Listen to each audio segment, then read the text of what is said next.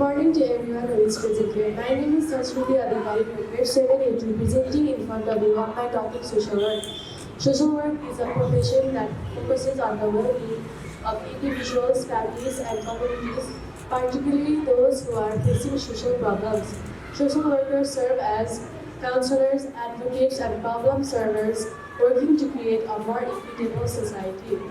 They solve various issues from poverty to mental health and child welfare to domestic violence, providing a well-needed support for the people.